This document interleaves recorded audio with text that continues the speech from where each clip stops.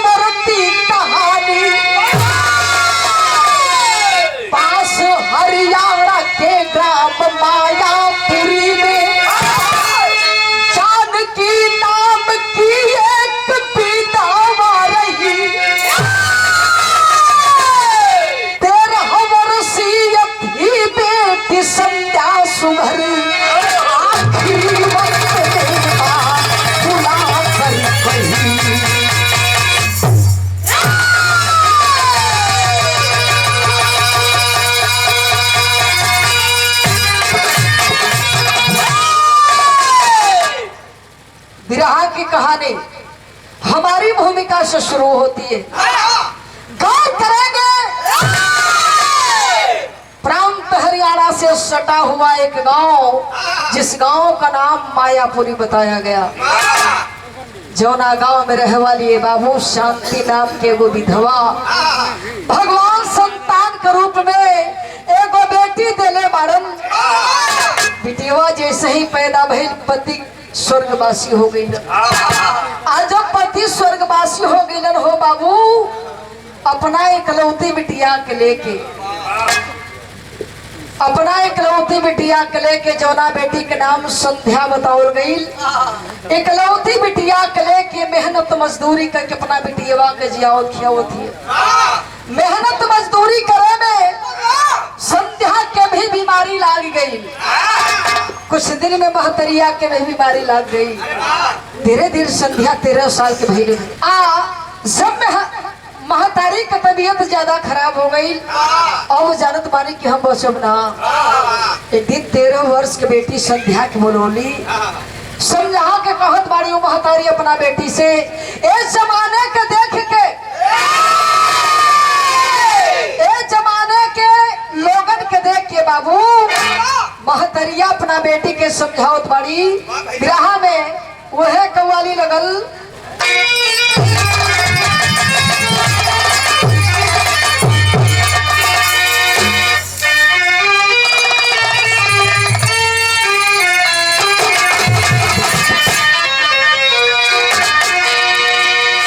यह कव्वाली है। अरे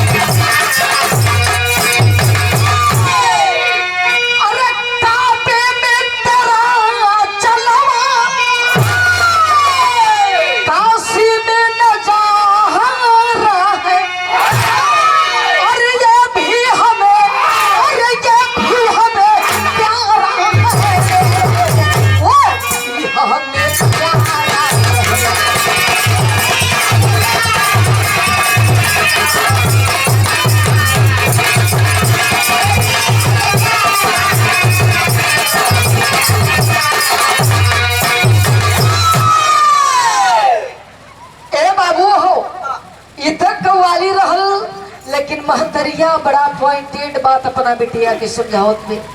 संध्या के ए बेटी लागत बा कि हम बचब ना, हमारा आखिरी समय आ गई बात एगो काम करी हा। महतारी अपना बेटी के समझावत पे का समझौलो बाबू।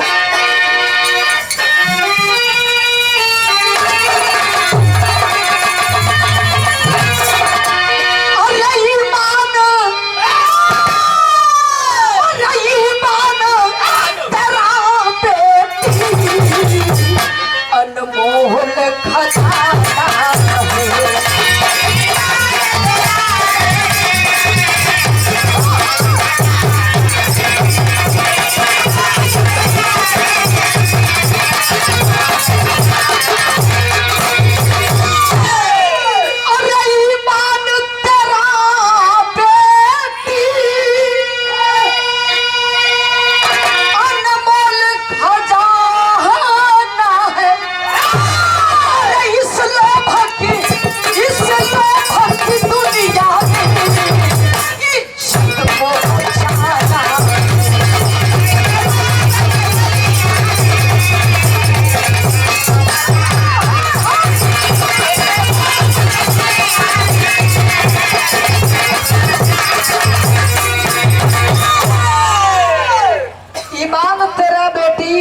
अनमोल खजाना है और इस लोभ की दुनिया में इज्जत को बचाना है। माई अपना बेटी के समझावत पड़िए बिटिया है दुनिया में धरती पर सबसे अनमोल चीज होला इज्जत।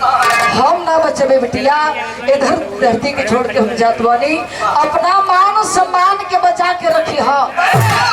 महतारी बेटी के समझौले में और समझौला के बाद में भैल का शेर के लाइन है कहानी हमारा आगे बढ़ल चला मालिक।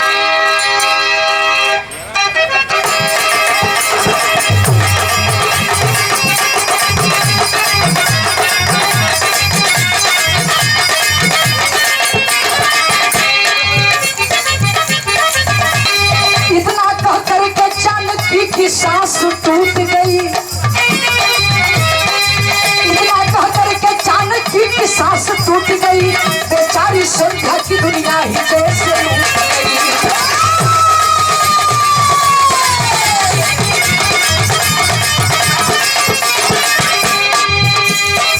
मनोहर मामा एक दिन संध्या के घर आए हैं।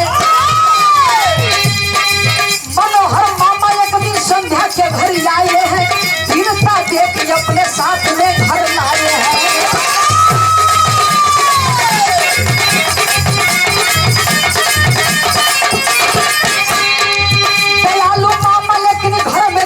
चलती थी दयालु मामा लेकिन घर में नहीं चलती थी करकसा मामी के नजर में संध्या चलती थी।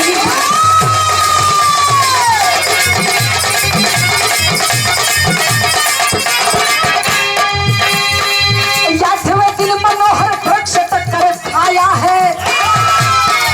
याठवें दिन मनोहर वृक्ष टक्कर खाया है सहारा गया विधि हरी आया है।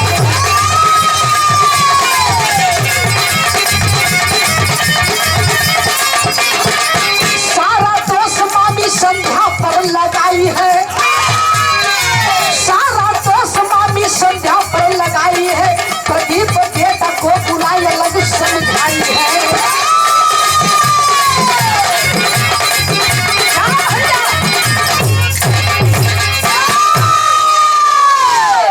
ए बाबू जानकी महतारी समझावत में संध्या के और समझौते में महतारी के प्राण छूट गई।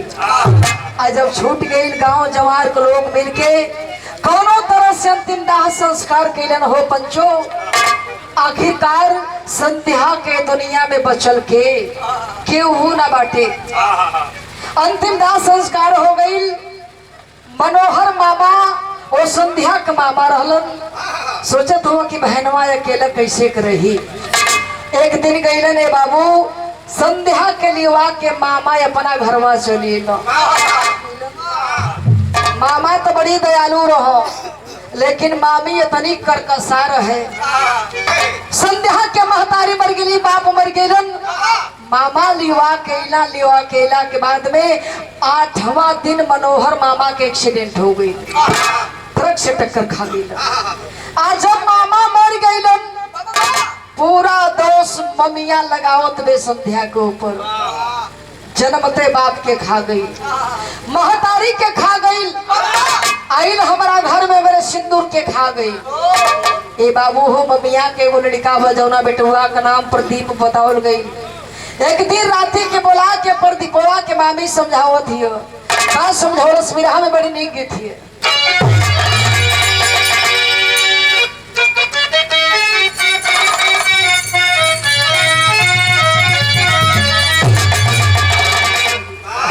कौन गीत है मालिक?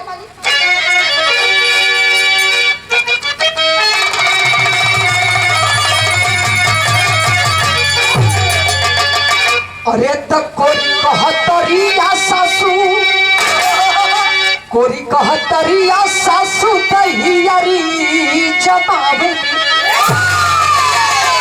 कोरी कहतरिया सासू दहियारी जमावे।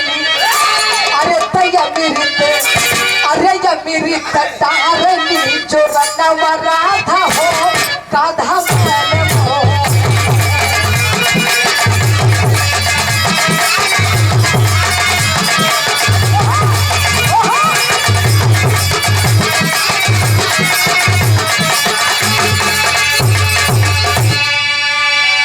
लेकिन अपना बेटा के संध्या कमामी समझावत में कहे का कहे? अरे मामी समझावे वही प्रदीप के समानवा। अरे मामी समझावे प्रदीप के समानवा। अरे त घरवा में, अरे घरवा में आइल बात या बेटा हो खैलस से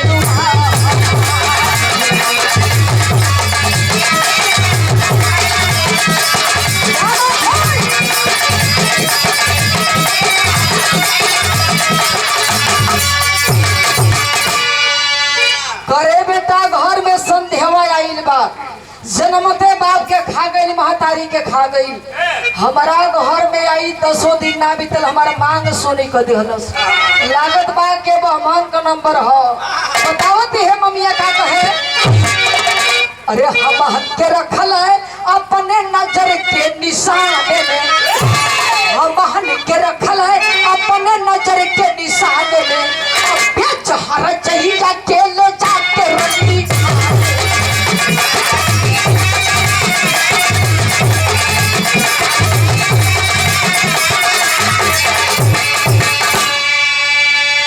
अरे तो यही ननियौरे में, अरे ननियौरे में बनी दुल्हनिया जइया हो कटुली रूपया तोहार।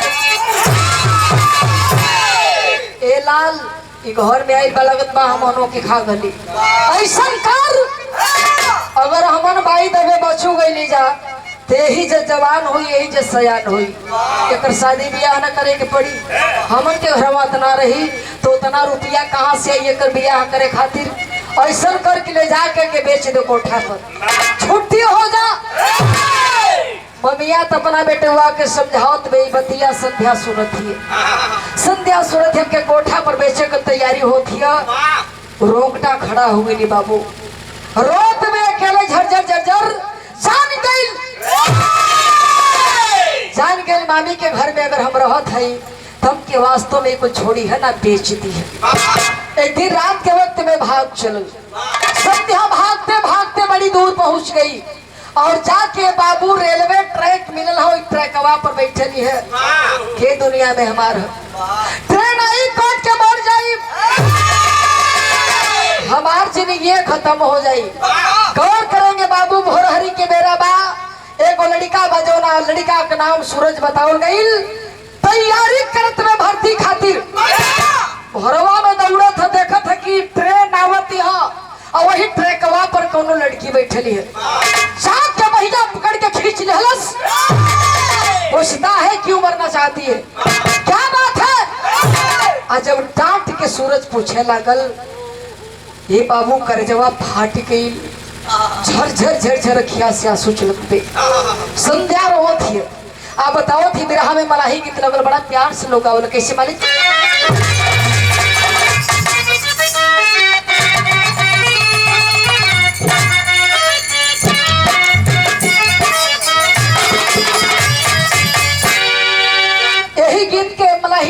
प्यार से गावेला, अरे तोहके चढ़ाई के मैया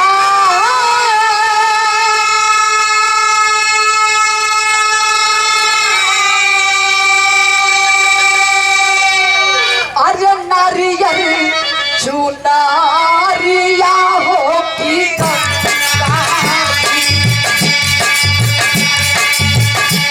नारियल चुनारिया हो मारत कैदा बोझली मौनी देवारिया हो की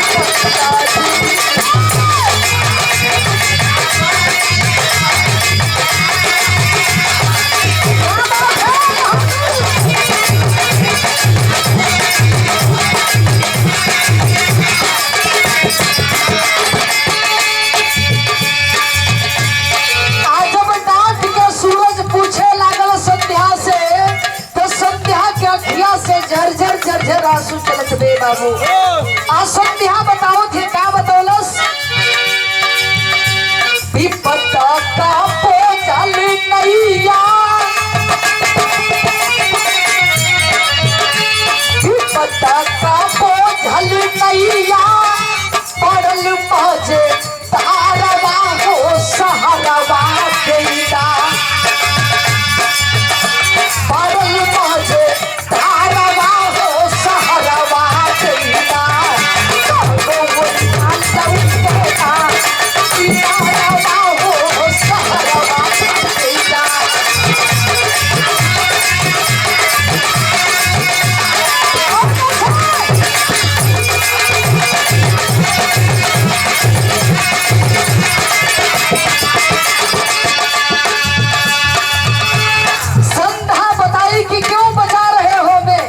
हमारा इस दुनिया में कोई नहीं है, मर जाने दो मुझे, कोई नहीं है दुनिया में, किसके सहारे मैं रहूं, किसके सहारे मैं जीऊं।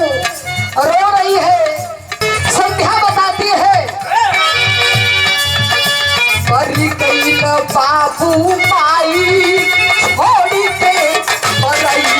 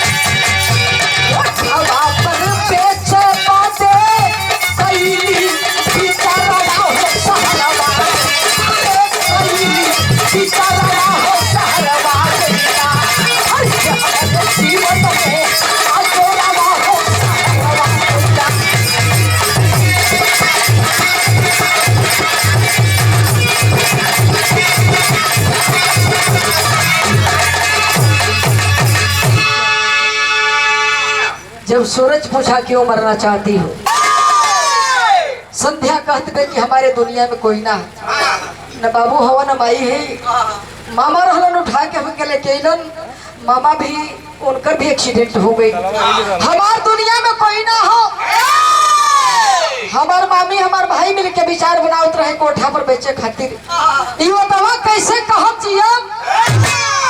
सूरज कहा पगली बस इतनी सी बात है, इतनी बात के लिए तो मरना चाहती है। आखिरकार सूरज करता क्या है, विरह में हमारा शहर लगल। सुन सूरज संध्या की बात, सुन सूरज संध्या की बात, तब मन में लिया प्रतिज्ञा ठान, लगा हृदय से लेकर के पहुंचाओ अपने तुरंत मकान।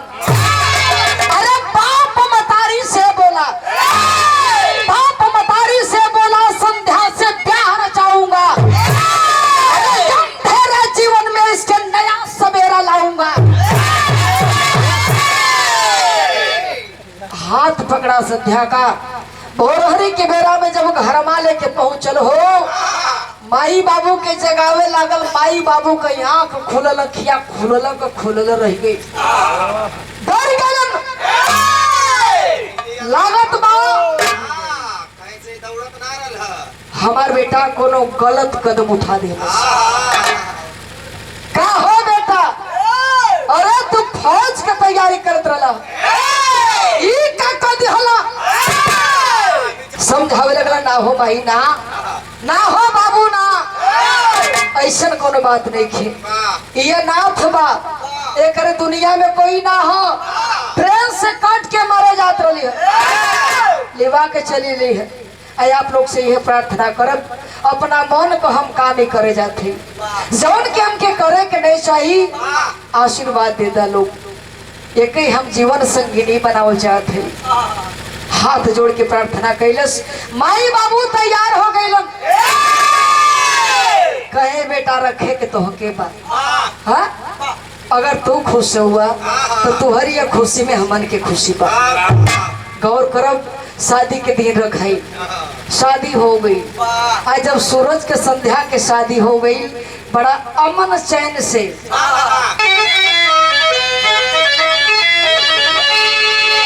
बड़ा अमन चैन से दिन बीता था। 2 4 5 दिन 10 दिन बीतल है। आज जब 10 दिन बीतल है और एगो बहुत बढ़िया काम हो गई। बिरहा में गीत है,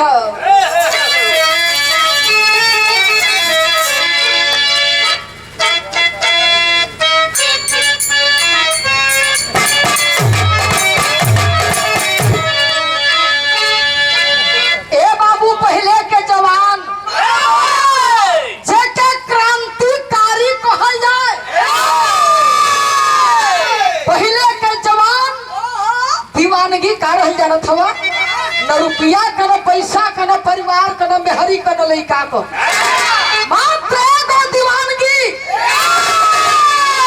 ए भारत के आजाद करावे के तो क्रांतिकारी घूम घूम के मांगा लोगन के दुआरे दुआरे। का मांगे? अरे तमाई हो, अरे तमाई हो, लाला नवा देता।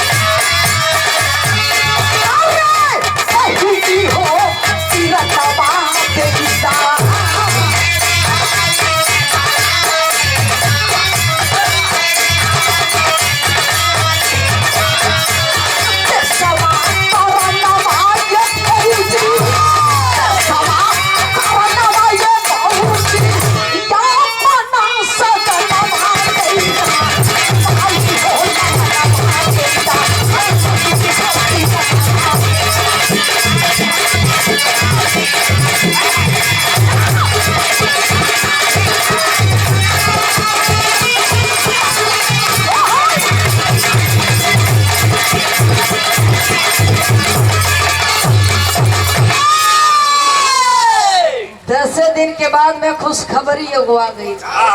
अवाइल का जो सूरज तैयारिया करत रहे, बड़ा दिन से तैयारी करत रहे, ओकर काल लेटर आ गई। और जब काल लेटर आयल हाथी में, बड़ा खुश हुआ। और जब काल लेटर आ गए सूरज के हथवा में, अरे तो खुशी का कोनो ठिकाना नहीं थी। जाई के कहत बड़ा अपना पत्नी संध्या से का कहला, अरे तो लिखली बा, अरे लिखली बा खबरिया ये प्यारी।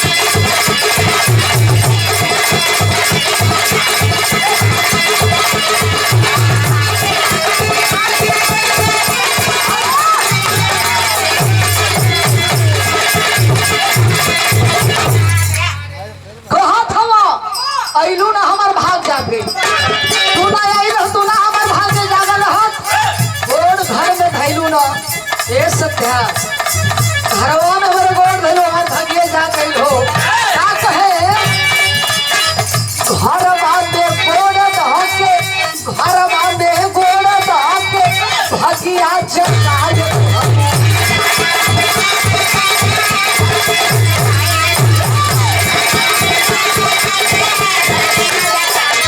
लक्ष्मी का रूप रानी लक्ष्मी का रूप रानी हमके दिखाई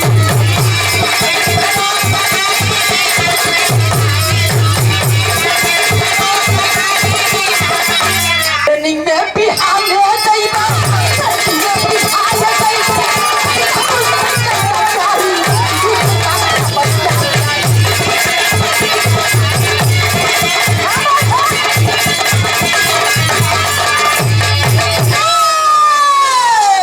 हमारे घर में आ गलू संध्या और भागिए जाके काल लेटवाइल बा सवेरे के ट्रेनिंग में जाए के ए बाबू हो तैयारी कैले ना तैयारी भई सवेरे का ट्रेनिंग में गइलो ट्रेनिंग बिता के अजौन 10 दिन रहल ना 10 दिन में कर दूसर मर्जी हो गई हाँ 10 दिन के बीच में संध्या के गोड़ भारी हो गई ट्रेनिंग में गए हो ट्रेनिंग बिता के घरे अइलो ए बाबू दोबारा जब ड्यूटी के तैयारी कैले है ड्यूटी में जब गइलो ड्यूटी के ही दौरान एगो और खुशखबरी घरवा में आवत थी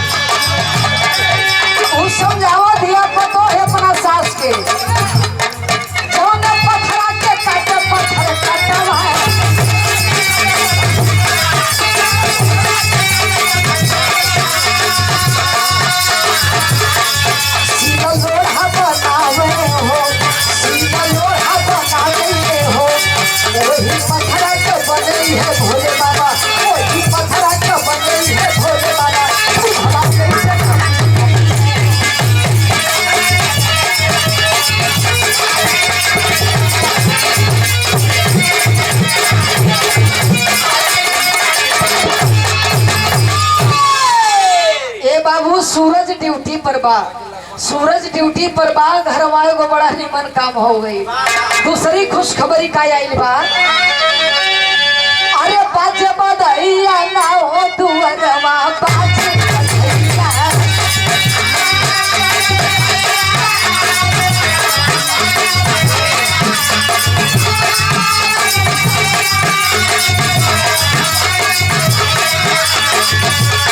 बाजे बधैया ना हो दुअरवा बाजे बधैया ना जग में गोदिया में पूरा बधैया जग में गोदिया में पूरा बधैया दुअरवा बाजे बधैया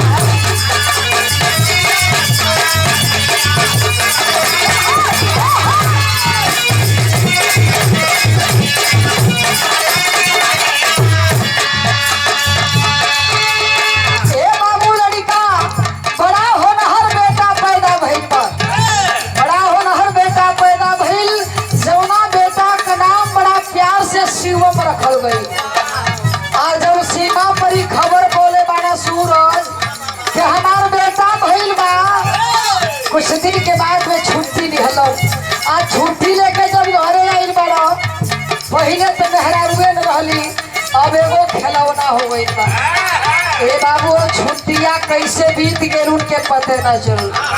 छुट्टिया कैसे बीत गए अंतरा के लाइन में हंसत खेलत बीतल समैया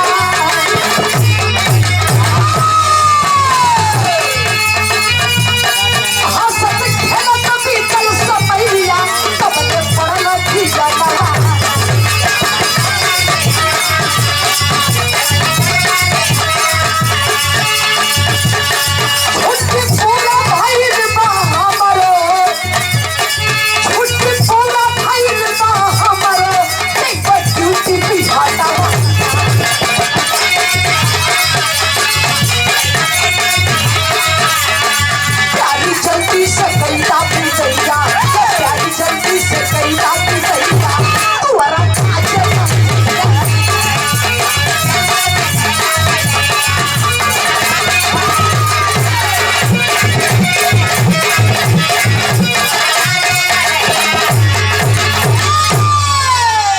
₹100 से पुनः सम्मान किया गया दिव्या दूरदर्शन चैनल से।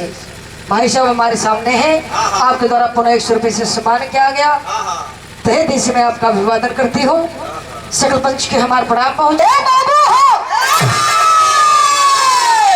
सूरज के छुट्टियां कैसे बीत गए पते न लगल।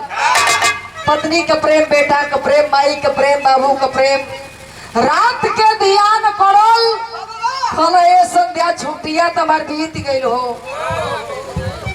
बेनाम जाई कल हमके निकले के हो। ए बाबू हो सवेरा भइल बा जवान अपन तैयारी करके चलल है बॉर्डर के ओरी।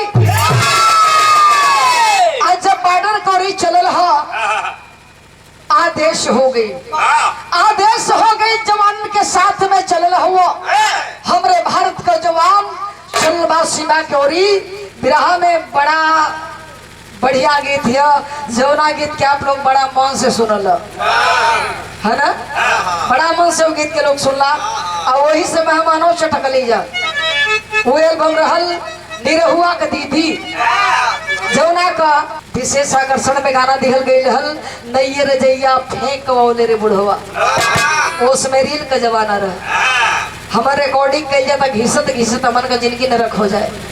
एगो गाना करे में 3-3 घंटा 4-4 घंटा मन के लग जाए। वही समय गीत आई रहल। कौन गीत है मालिक?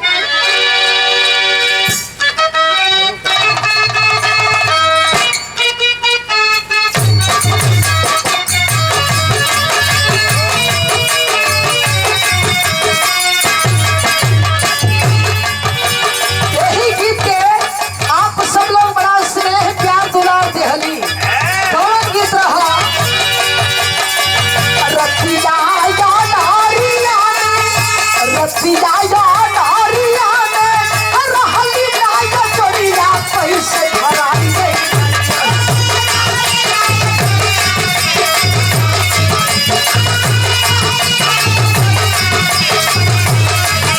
अरे रहली लाया चोरिया कैसे धराई गई बारियों।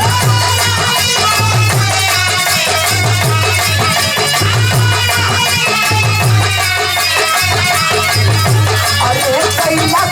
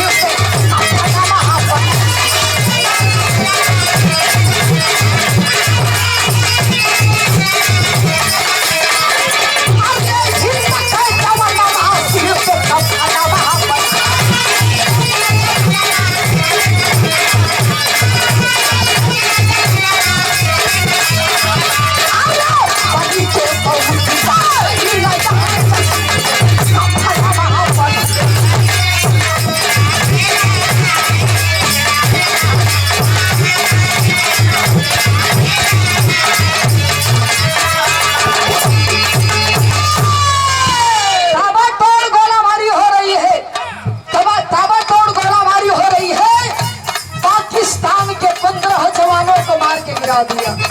और जब गिरा दिया है बाबू संजोग देख रहे तो अरे दुश्मन के खुनावा से खेलने लगला हो।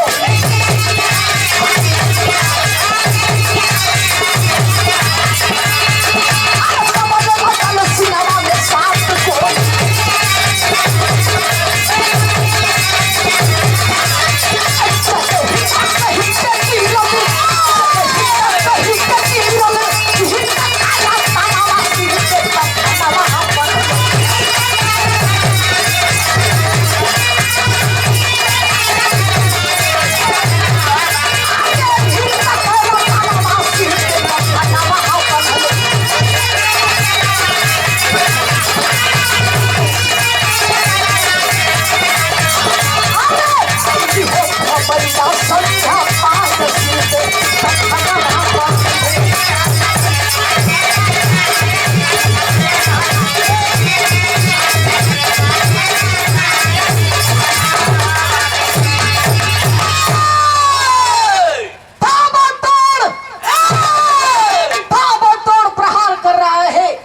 पाकिस्तान के 15 जवानों को मार के गिरा दिया। लेकिन साइड से निशाना लेके बाबू गोली चली है। ताबड़तोड़ 7 गोली सूरज के सिनेमा के धड़ाधड़ पार कर गई। जय हिंद आवाज आती है गिरपड़ा धरती पर।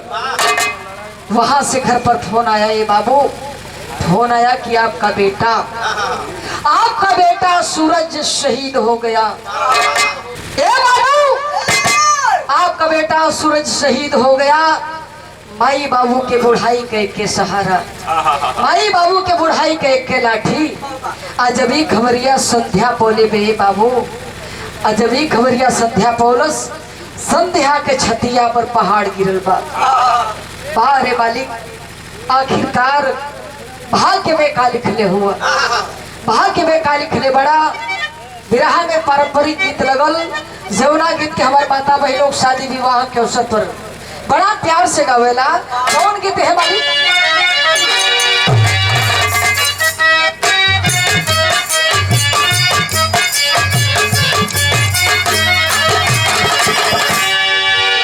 यहो गीत आप लोग के साइड से सुने के मिले। हमार माता बहन लोग गावेला।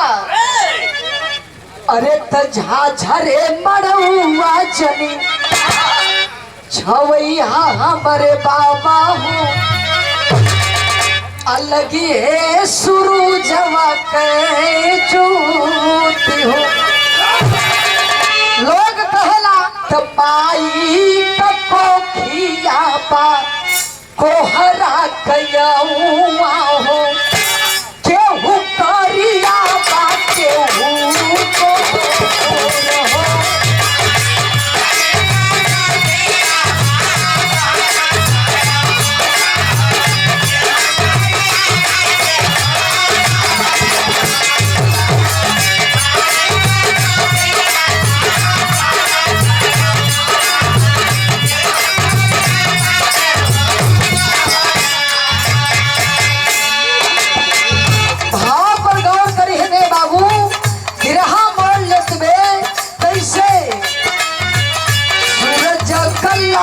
जहिया आइल बा तुअरवा हो।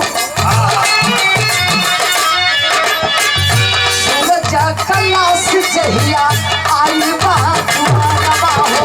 रोवेला गौवा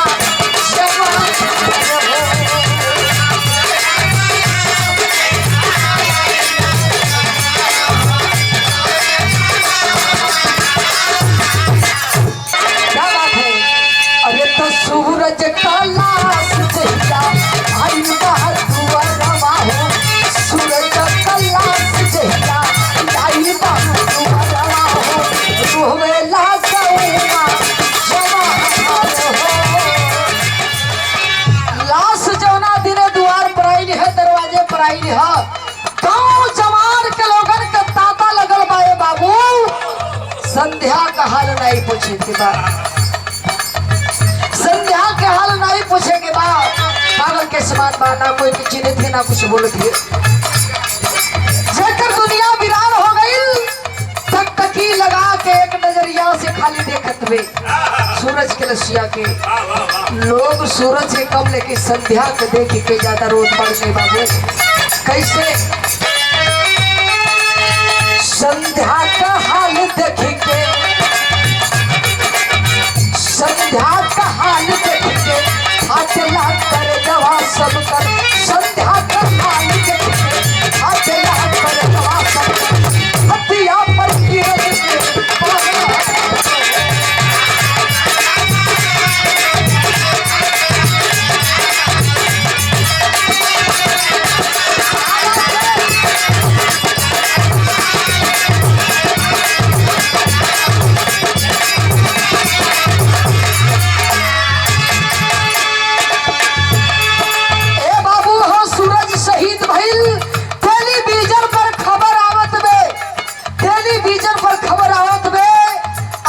खबरिया टेलीविजन ममिया टेलीविजन पर देखले बा, टीवी पर देखले बा।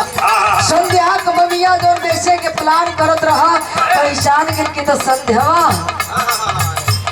एक मतलब कि वो गाँव में जाकर फलाना गाँव में जाके बियाह कर ले रही है, एक आदमी शहीद हो गई।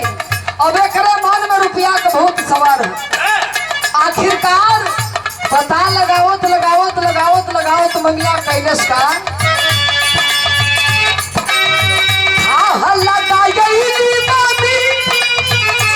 वही संध्या के ससुरवा रुपया कबूत नाचे अरे चढ़ी के लीलरवा परिचय बता के सबके संध्या के परिचय बता के सबके संध्या के हो सदिया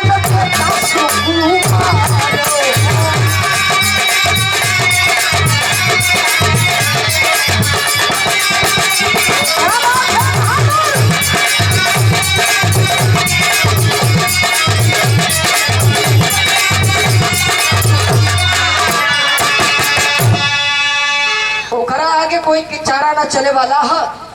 सूरज के ले जाके अंतिम दाह संस्कार भइले भैया सब सदमा में बे इतने में ममिया पता लगावत लगावत लगावत लगावत पहुंच गई संध्या के घरे।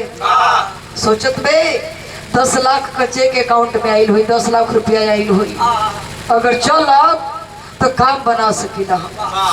पहुंच गई संध्या के घरे, अजा के संध्या के समझावे लागल, हाथ गोड़ जोड़े लागल, माफी मांगे लगल। ए बिटिया बहुत बड़ी आराम से गलती हो गई, बड़ी भारी भूल कर दिहली। ए बेटी आज के बाद ऐसा गलती हमसे ना हुई। सबसे बतावे लागल, वो बतिया के सब जानत रहे, संध्या का सासो जानत रहा, ससुरो जानत रहा, सब सिरोवत रात माफी मांगत हुए कहला आज के बाद बिटिया के संगे ऐसा कोनो गलती ना हुई। हम बहुत पापी उसमें हो गई रही, हम ना समझ पावत रही का सही है का गलत है।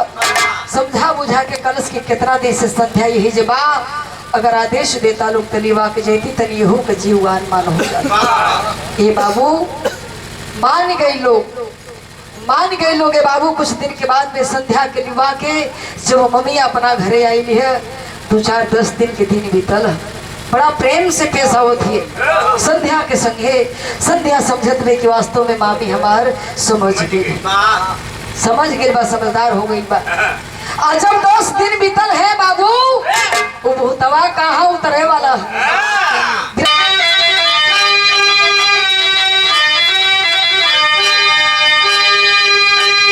अरे लहू का रंग पानी बन गया, अरे ये पंचो लहू का रंग पानी बन गया, अरे ये अपने लहू से लेने चला लहू कुर्बानी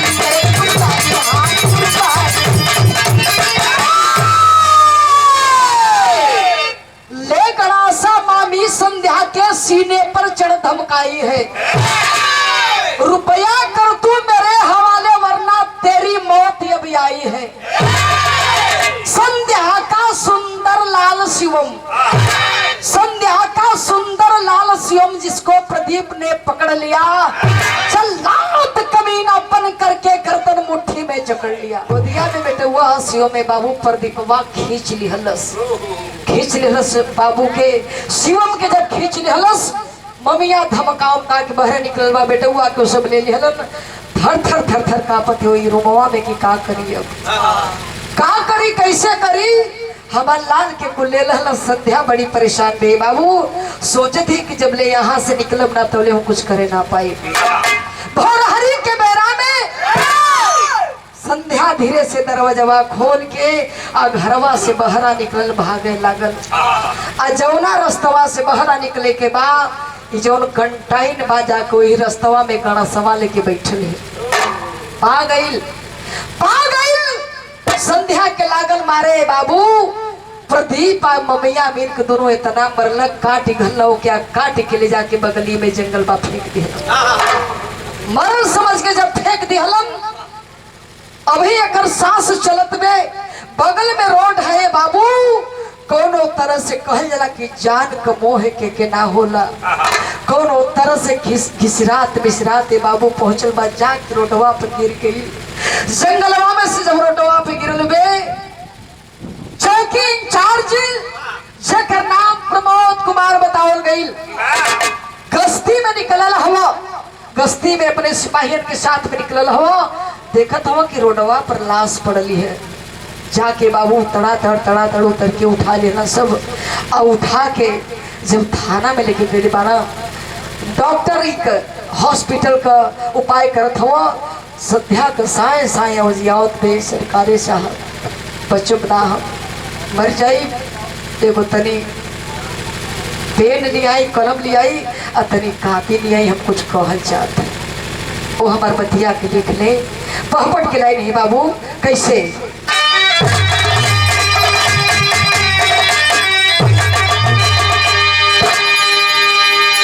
अरे तरोवे संध्या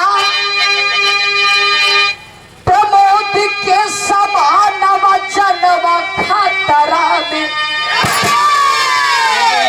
अरे रोवे संध्या प्रदीप के समानवा जनवा खतरा में। अरे बचाला हमारे पिता के परलवा जनवा खतरा में।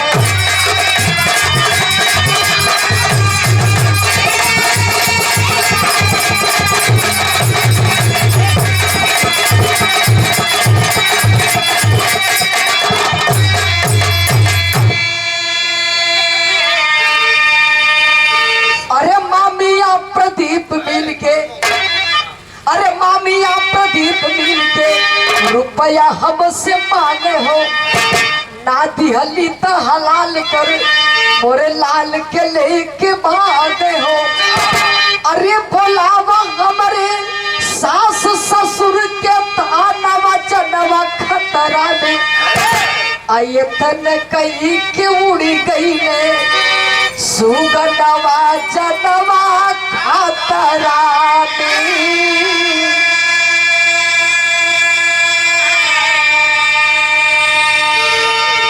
सारी कहानी को बता ले गई। ये साहब ऐसा बात में मामी रुपया मंगल सुना दिहली। हमके तो काटी दिहल सोन हमारे लाल के हमारे गोदी का बोध बचवा लेके पता नहीं कहाँ भागी पड़ा। ए साहब हमारे लाल के बचाला हमारा सास ससुर के थाने में बोलाला। संध्या लिखवा पढ़वा के बाबू लिखवाते में उकरे धरती के छोड़ के चल बे। सांस टूटल बे जब धरती के छोड़ के चलल ओकरे सास ससुर के थाना में बुलवावल गईल। जौन बतिया लिखौले बे संध्या पत्रवा में प्रमोद इंचार्ज साहब ओकर ससुर के सामने पढ़त हुआ। ए बाबू हो जब ओकर सास ससुर आ गई बाड़न पत्रवा चिट्ठिया पढ़ावल जात बा समझवा पढ़ल जाती है। संध्या का लिखौले बा चिट्ठिया में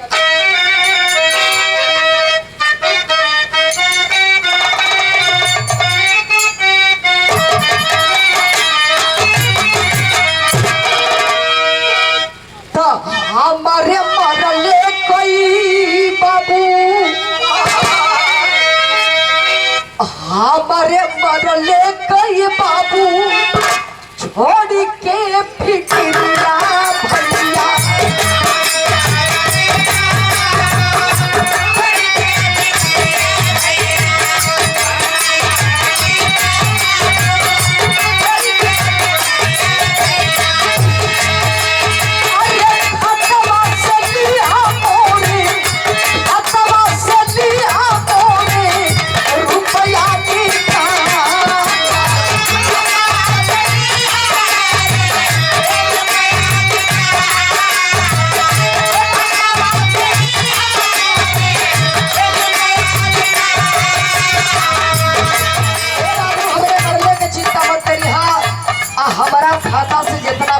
कुछ पैसा निकाल ली है।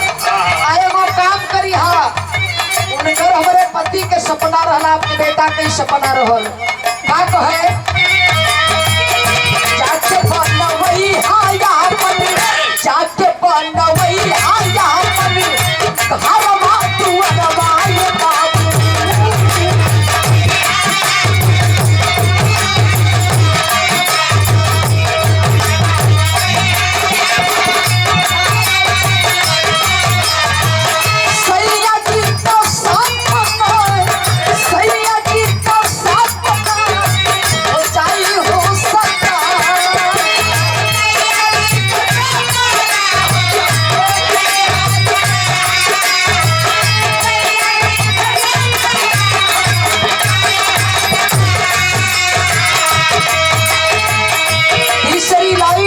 तीसरी लाइन हृदय को चीरने वाली लाइन है। बाबू हमारा खाता से कोई पैसा निकाल लिया, घर अपन बनवा लिया, उनकर आत्मा की शांति मिल जाई। आए वो काम अवरी कदी है बाबू। का कहे जियत जो मिली चाहिए, जियत जो मिली चाहिए, हमारो शिवा बाबा ये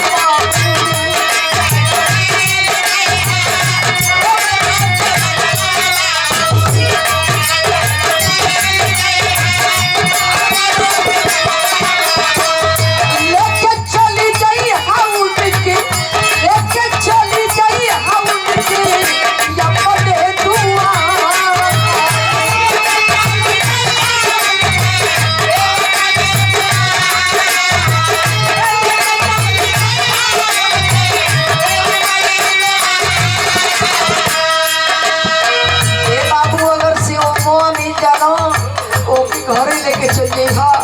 आए वो काम करी हा का बढ़िया शहर में उनके, बढ़िया शहर में उनके भेज के पढ़ी आई बाबू।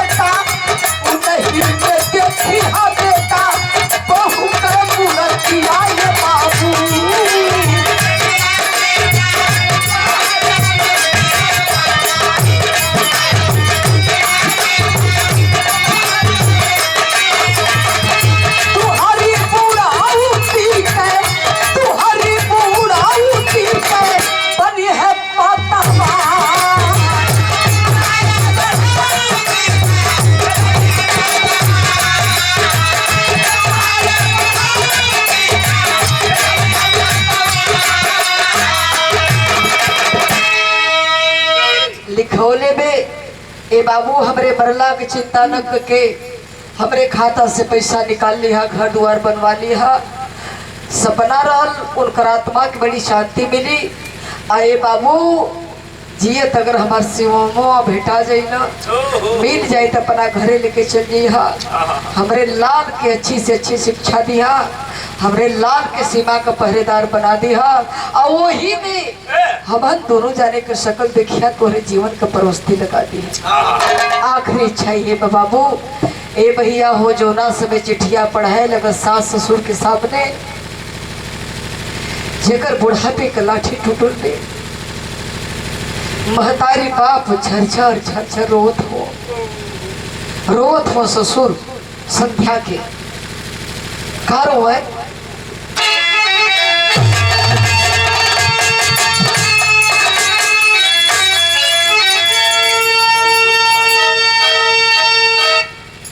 अरे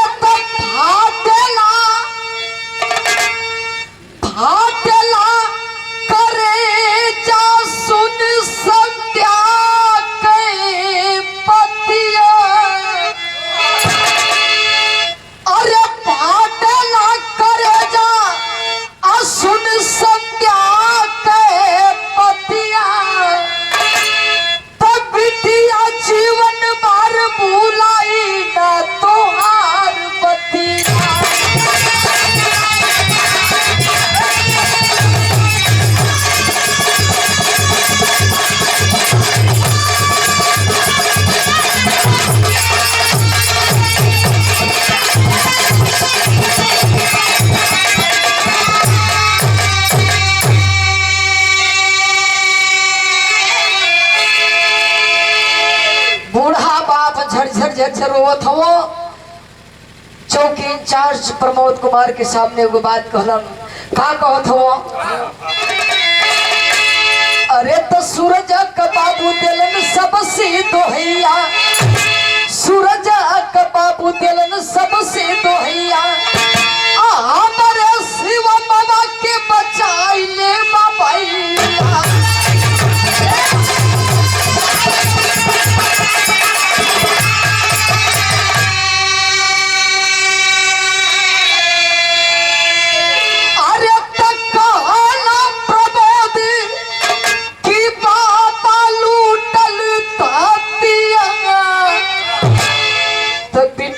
जीवन पर भूलाई ना तुम्हार बतिया।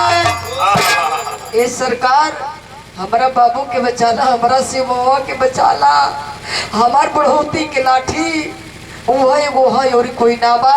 प्रशासन चले बाबू छानबीन होए लगल, जब खोजबीन होए लागल प्रमाण मिलल, शिवम के लाश मिलली है। वो पपिया पपिनिया वो लड़कों के ना छोड़ने बाड़म, मार ढेले हुआ।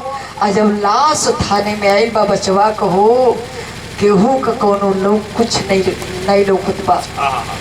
जाए के अजिया बाबू गिर गिल अपना पोतवा के मटिया परे बाबू का हो लाल। दुनिया अनहार हो गई, कोई ना बचत, दुनिया अनहार बा, क्यों अब जिए के सहारा नहीं खे। रोवता लोग, कैसे रोवता? अरे रोवे सब लोग लसिया शिवम कहे निहार हो, रोवे सब लोग लसिया शिवम कहे निहार हो, या मामी या प्रदीप दोनों बहन गिरफ्तार।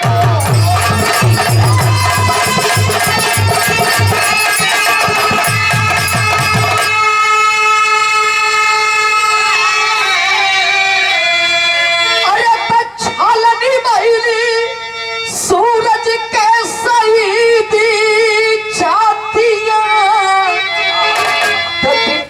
जीवन भर भूलाई ना तोहार बतिया। ले जाकर बेटवा के लाश का दाह संस्कार कैला के बाद में कुछ ऐसा बना के जा, ताकि गैला के बाद में है दुनिया के लोग याद करे कि हाँ तो भाई फलाना रहना। एगो बिरहा में नसीहत बा, बहुत बढ़िया नसीहत कवि जी देले हो का। अरे दुश्मन जेकर कुछ बिगाड़ नहीं पाई, अरे दुश्मन जेकर कुछ बिगाड़ नहीं पाई, अरे अपन